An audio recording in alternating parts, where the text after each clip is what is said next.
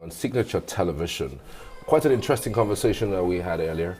We'll have another one in a couple of seconds because I've had somebody who is a very, very good friend, Mr. Sammy Ajufo. He is a public affairs analyst and a communications expert.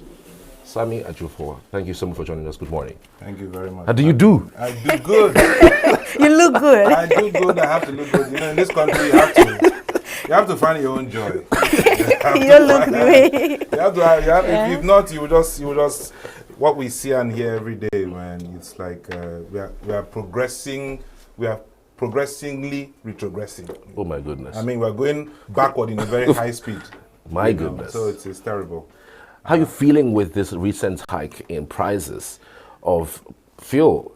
And I'm sure that other things would be affected by this so-called. Yeah, the price of fuel was expected. You know, in Nigeria, you don't need a soothsayer. What happens in Nigeria's system is, if they want to do something in 6 months, they start shouting now. Marketers will start saying, well, we shouldn't, you know, this is going to increase or it's going to increase. And then NNPC will come out and say, no, nothing is increasing. This has been the same thing over. So we are used to it. And it came too early because it's usually around December period they make this noise. So this one came too early. But I've noticed a pattern. Anytime NNPC wants to increase the price of fuel, marketers will start complaining 3-4 months earlier. Then when they are done, in between that time and when they will increase the price of fuel, then you see petrol tankers will start coming together. They have a problem. One of their members was arrested somewhere. They will go on strike, holding down the price of fuel. So it's a test. Nigeria is an experiment among a few people who sit down and say, try this, you know, they'll use two, and then they'll get it. That's what happens. So, and something our colleague Osarige said on his channel, said Nigerians will adjust. We know how to adjust. Bring the situation, we'll complain, but we'll adjust. Is that a Nigerian thing? Or? It's a Nigerian thing. It's a Nigerian thing. We knew how to complain more around the military era. But in the civilian era, we don't complain. I didn't say democracy, I said civilian era. There's a difference. In the military, if this happened, people would have gone on the streets. Right. In this dispensation, since 1999 till today, if something happens, people look at their brothers who are in politics and say, let me not go out because, you know, my brother is in power. So rather than speak up, we'll be quiet because my brother's in power or I'm planning to go into power.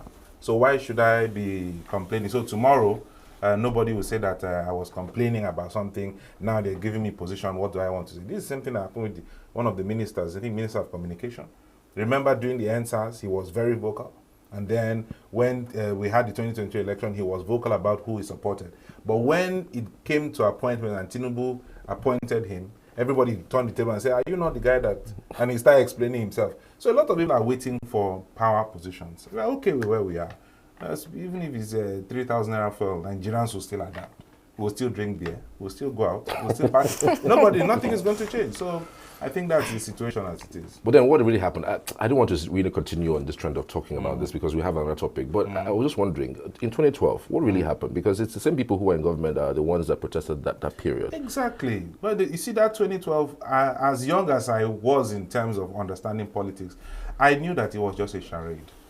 Yes, it was a charade. But it made government to change things? It made government change because you had a listening president. Ooh. Yes, you had a president that had mind. If you couldn't try that in Obasanjo's era, where do you want to start doing the protest? You probably would have tried in Yar'Adua's time. He would. So Jonathan Yar'Adua is almost cut from the same cloth. So they protested in Lagos at the center of the entrance of Lagos. The governor at that time was Fashola.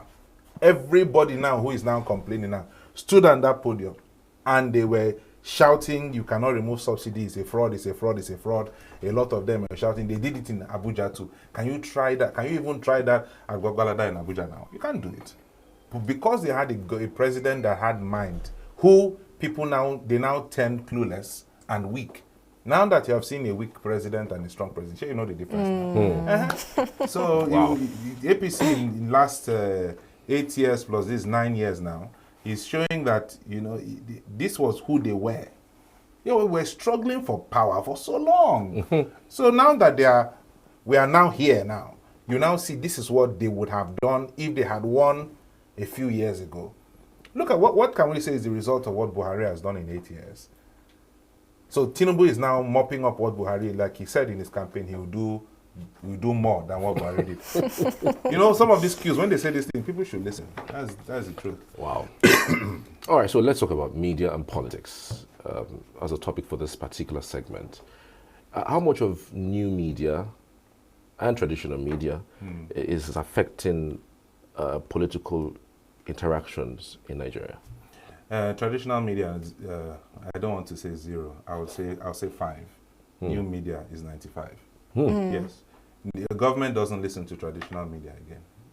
Government would rather take this channel serious than take a... You have to be in the big 3 or big 4 now when we talk about TV. Newspapers are virtually gone. It's just online stuff, and they have been virtually decimated because new media has come. Radio, where we used to be, since it was balkanized and in one state you can have over 50, 60 radio stations, it doesn't. But new media is now the challenger. Whatever happens now, if the new media takes it up, it goes rampant. Absolutely. So what the traditional media have done is fine. They have given us, because this thing it's a generational thing. When we had the military era, and then we had, even before, let me go back. When we were fighting to kick out the colonial masters, which I feel was too early. By the time we were kicking them out, we had Nnamdi Azikiwe, a lot of Ernest Ikoli, everybody was fighting to get the colonial masters out. So we had a lot of media outfits that were about liberalism. They were fighting for freedom, And then we got this thing that the British gave us called Nigeria. And as we got it, the next phase was that we went into, then the media became a bit silent. Until we entered the military era, the media now picked up again. That was the traditional media. We didn't have so many. But in the military era, talking about from when Aguiyi runs it to Babangida, so many coups. So as the coups were happening, there was a constant thing. Every time they want to have a coup, they'll go to Radio Nigeria, take the presenter, muzzle him, play martial music, take over government. That was what was happening. Then Babangida had this bright idea and said, if it's this, let's open it up to everybody. And then 1992, we had he decentralized it, and then he had the decree. After that, we started powering. We started making noise. We had AIT, everybody was coming on board. And then, as the military was from Babangida, Abacha, you talk too much, Abacha will carry you. You talk too much, Abacha will carry you. You talk too much. But then, we were fighting. The media was in the forefront of the pre-1999 revolution. And then when it happened, Obasanjo came on, the media now relaxed. We relaxed for a long time. Many media people became essays to politicians. So what did they do? They went in there and started saying, let me tell you how our people work. That's why they started calling us brown envelope journalists. Say, that guy is writing for this paper.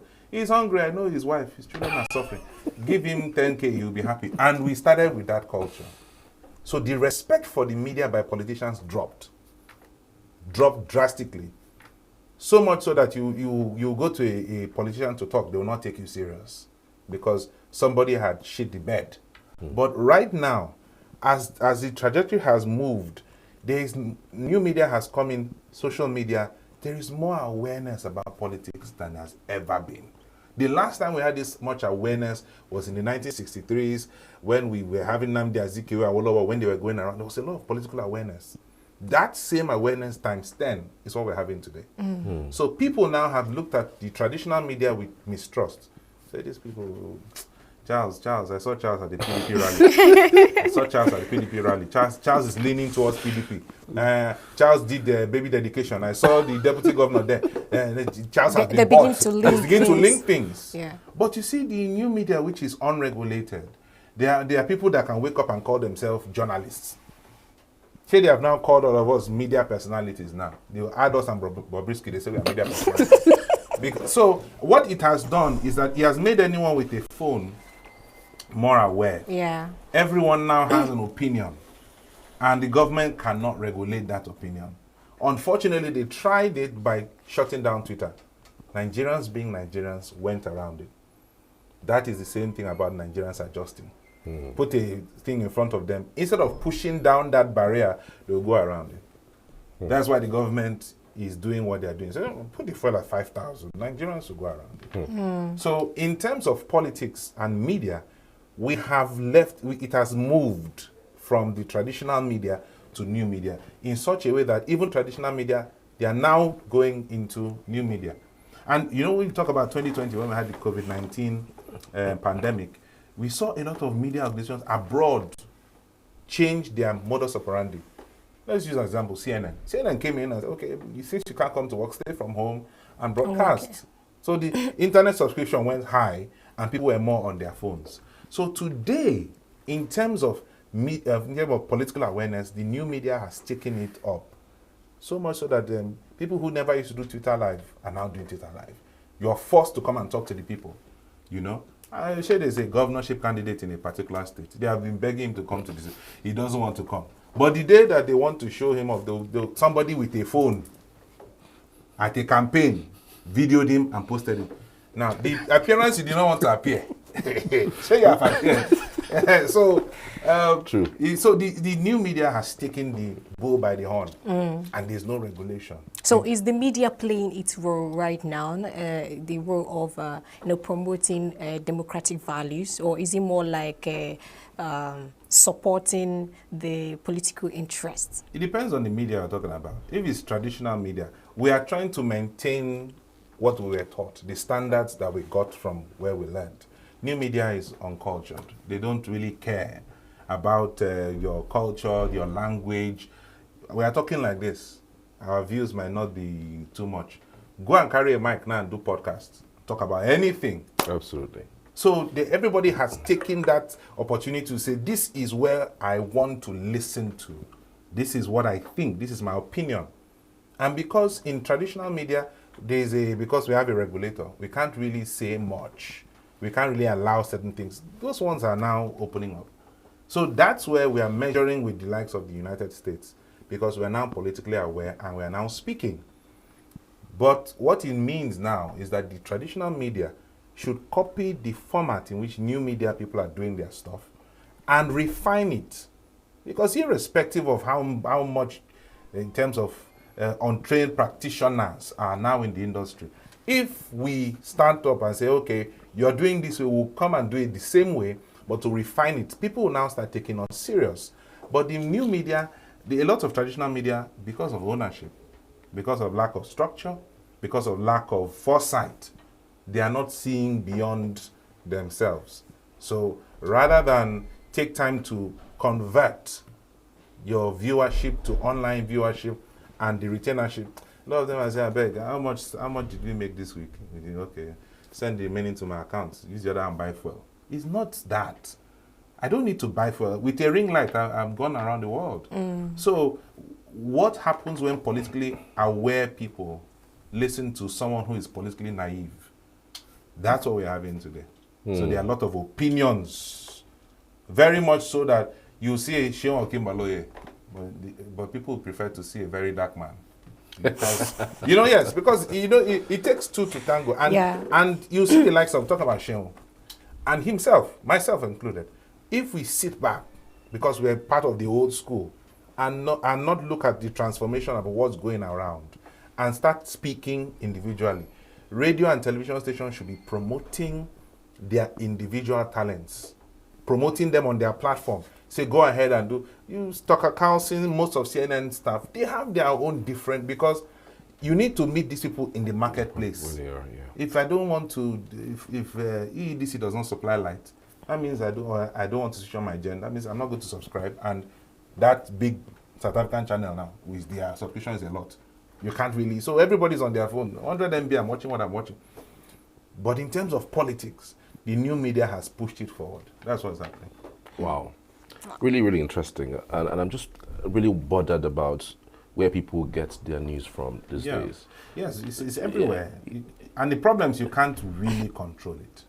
You can't really. This happens in every society, including the United States. The problem is that we are not having a lot of our people that are trained being projected in that space. Yes. Because fake news is everywhere.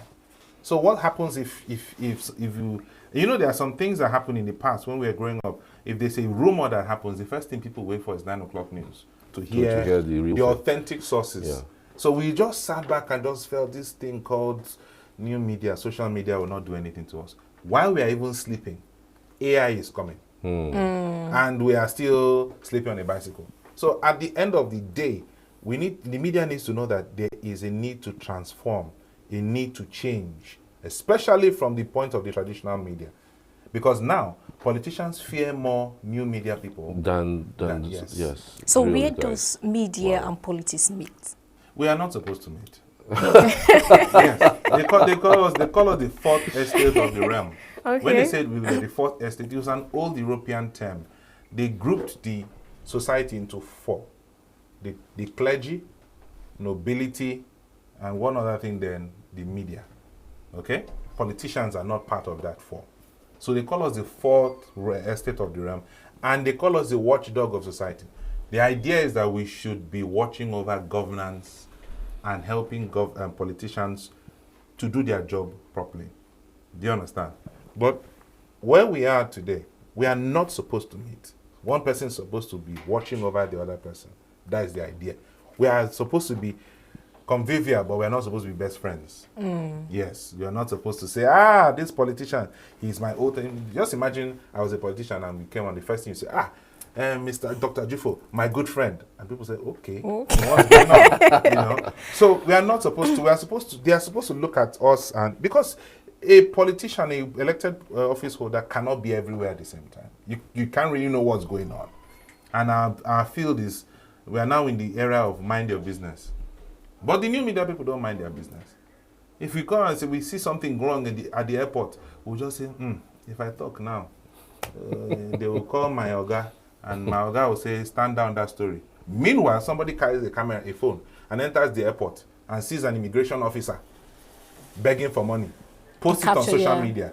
The Minister of Interior sees it immediately, they sack the person. Then who is more effective? True. Who is more effective? So what happens if every traditional media house says, we will run our traditional based on what's going on and based on the policy framework and regulatory framework, but we'll also create other avenues where we have street reporters give us information. We will say plausible deniability. We are not the people. Somebody sent it to us. Do you understand? So I think that's where we need to also help x-ray certain things. At a certain point in time, if we pick 7, 8, 9, 10 new media people and say, come, let's show you the ropes, how it's really done. This is the old school way, mix it with your new school way. What happens? Their crowd begins to trust them and trust us. But now we are still sitting on the fence watching what's going to happen next. These guys are developing stories by the minute. And you know what's also happening? They are bringing analysts who know. Absolutely. They are bringing analysts who know. So if the analyst says that this guy has some followership, the analyst comes. So they say, this analyst, how come I'm not seeing it on this TV station? How come I'm not seeing this radio? Because they want to get more followers. They want to have more retention. We are more about people know us. We are not going anywhere. Do you know how long we have been here? I think that's the reason why we are where we are.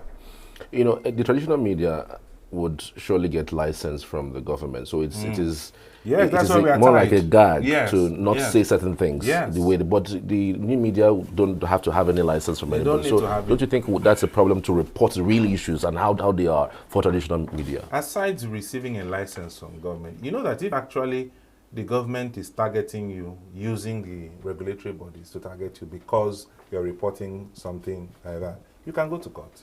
You know that. You know when they say go to court and they say you will not win, that is for only politicians. When it comes to the real issues, the courts will do their job. But when it comes to election, the court, there's another court. That one is the court of heaven. but here's the thing. The problem is not they gave you license. The problem is a lot of us are dependent on them. You just not necessarily dependent. Like you have to stick to the rules. Not the rules. If you work within the rules, they did not say you should not report stuff. Do you understand? But then you look at the other side, which is the bigger side, is that a lot of us have patronages from them, from politicians. You go and you have a governor who will give radio, TV stations 500,000 every month. Why will you talk? If you cannot run a media house, that's why it's sensible that if you're running a media establishment, have another source of income. Have a big, in fact, the media house should be your give back to society. But the problem is we have a lot of people who are putting the media house in front and hoping that it will make money from them, for them. So if I am, for instance, I own an oil well, for instance, which maybe that's the way to go. I would open a media house and I have a steady source of income. I would not be worried about the gov commissioner coming to tell my GM, pull down that story. Are you paying our salary? We are paying you tax. We are doing everything we need to do. Be on the right. So that when you're talking, people will be like, okay, the politicians say, don't go there. There are media houses in Nigeria that politicians fear to go. It's not just because they are the questions that don't know. They'll ask, who is the owner of that station? They say, is this guy? Who is he? Nobody knows him. This one that nobody knows him. How do we know his allegiance? That's the problem. But when you say, who is this? Our guy. Now, wow. Tell and say, now 10 o'clock, we'll come around 11. Because that is a fact. A lot of us our shoestrings are tied to them. We can't, and our staff go out to them and say, oh God, we can help you. Don't worry, just bring small money. Because we are giving them targets or we're not taking care of our staff. If you want to be on the right, that is why new media has no allegiances. You're not owing anybody anything. If you try nonsense, now I'll just check my IP address. You can't find me. So that's the issue we have. The economics of it too is another problem where we start depending on them. But when they give you licenses, you're allowed to do what you need to do. The problem is when, for instance, NBC says election time is coming. They hit you more during elections than normal period. Yeah. So if I'm doing my work during this period, election time will also, stay. But there are 7 ways to tell somebody's an idiot. I don't need to say you're an idiot. I will look for other grammar to confuse them. And so I think that nexus needs to be discussed, where if you do not have the funds to run a media station, don't run it. Sell it. That's what should happen. Abroad people are buying off, conglomerates are buying off media stations. What are we talking about? Disney has bought off most of the media houses because they have the funds. So if Joe Biden can come and start telling them story, they will decide, are we Democrat or Republican? That's why we even had a story of recently how Mark Zuckerberg is confessing that they forced him to do certain things. Why? Because he has patronages to the US government. In Nigeria, if you're not dependent on government, I don't owe you anything. I can walk on the street. Highest they'll come and do is they'll try and harass people. We go to court. And there is one big court in Nigeria.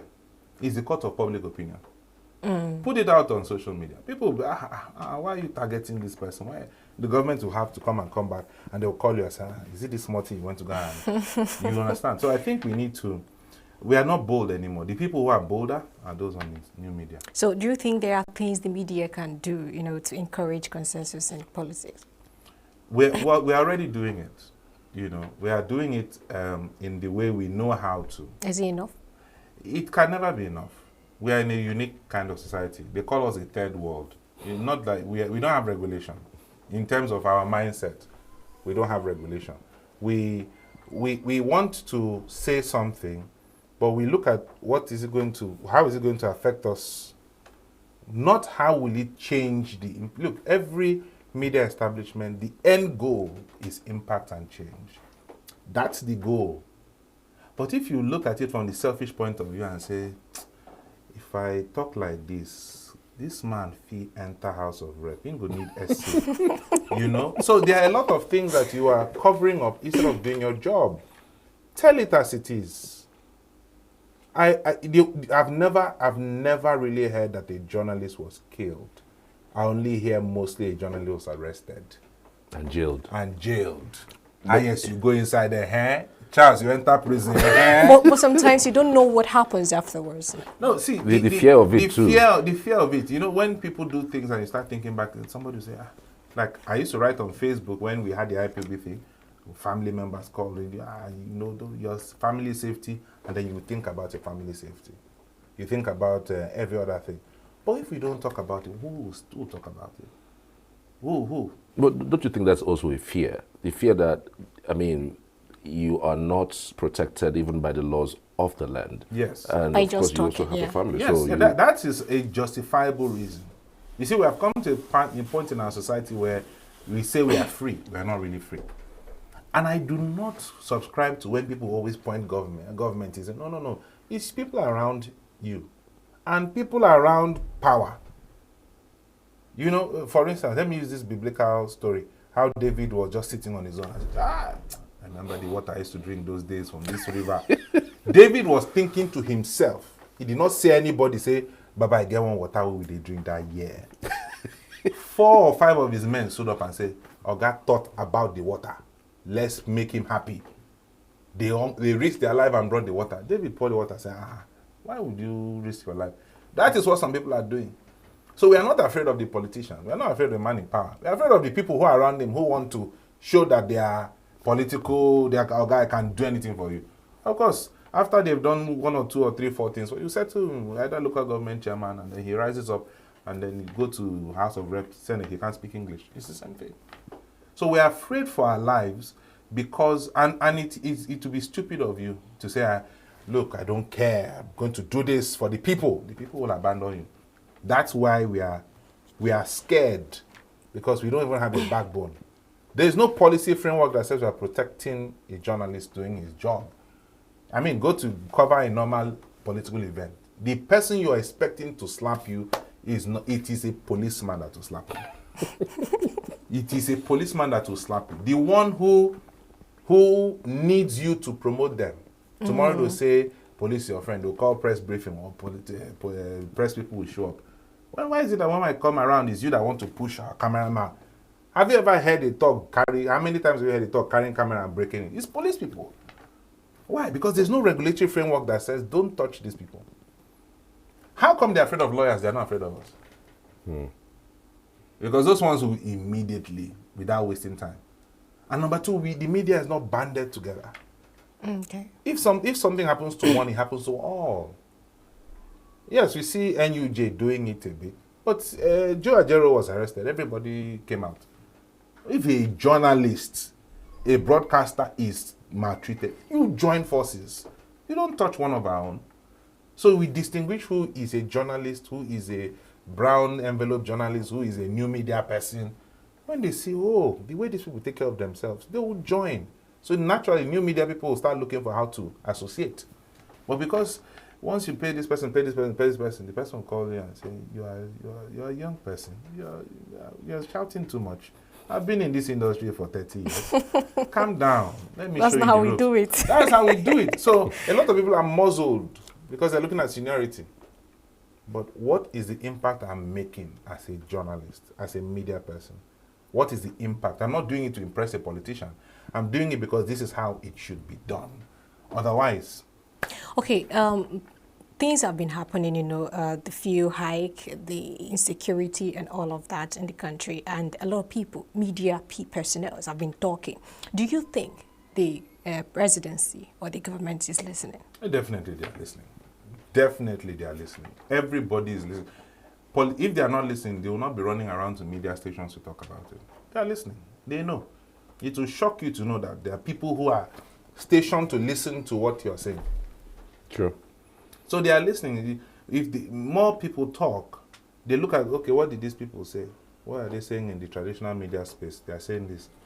What are they saying in the new media space? They are saying this. Who is shouting more? Saying new media is shouting more. Okay. Traditional media, we can control them. No, new media, let's focus on them. So now what has happened now is, rather than new media take sources from us, we are taking sources from new media. Absolutely. Because they look at who is making the most noise.